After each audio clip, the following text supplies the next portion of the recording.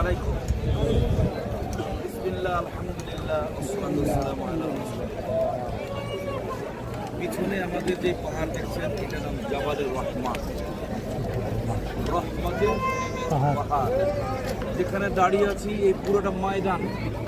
রাসূলের জমানায় কোনো একটা গাছপালা এরকম বিল্ডিং স্থাপনা ছিল না, খোলা ময়দান ছিল। কুরআনে আল্লাহ তাআলা যখন এই বর্ণনা এসছে ইহবিতু মিনহা জামিআ, এই বক্তব্য ছিল আল্লাহর। বলেছিলেন কাকে?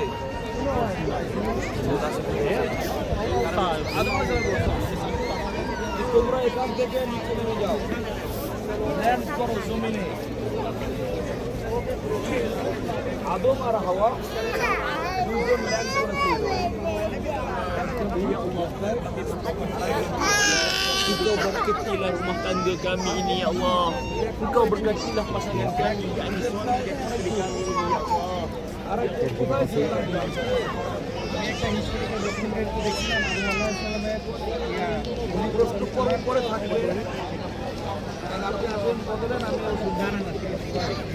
আদম আলাইহিস সালাম দূরে, জেদ্দায় সুবহান আলাইহিস সালাম করলেন সারা জমি ঘুরলেন।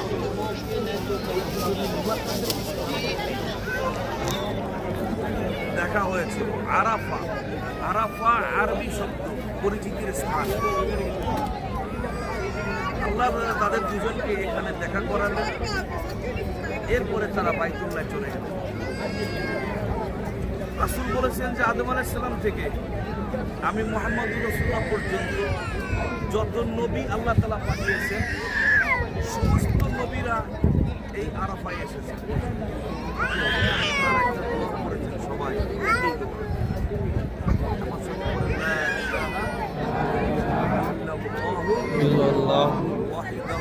Wahdahu la syarika lah,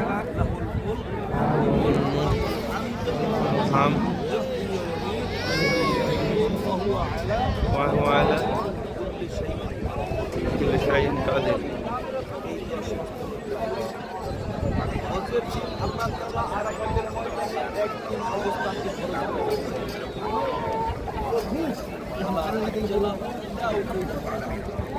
যদি কেউ আরাফাতের ময়দানে অবস্থান না করবে তার হজে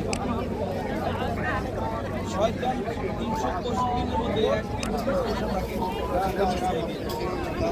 আরাফাতের ময়দানে যারাই উপস্থিত হবে আল্লাহ তাআলা সকলকে পাবে। Amin.